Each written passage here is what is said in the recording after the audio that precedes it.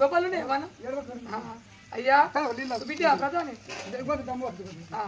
అయ్యా తాగుతా తాగి చెప్తానయ్యా ప్రధాని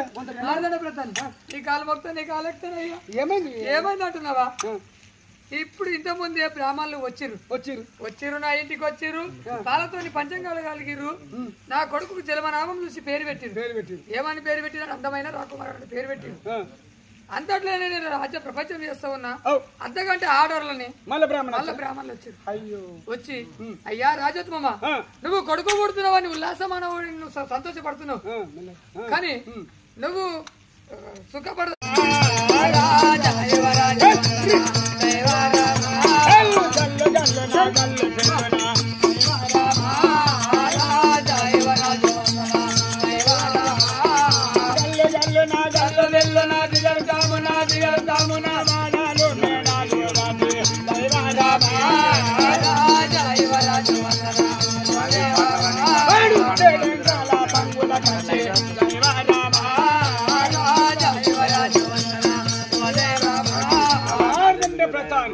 గల్లు గల్లు నా గల్లు పెళ్ళును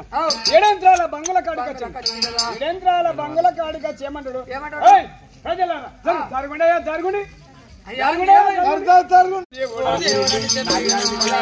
నీకు మాకు లేకపోయినా నా తల్లి పార్వతమ్మ నా చిరు కొడుకులు నీకు లేరా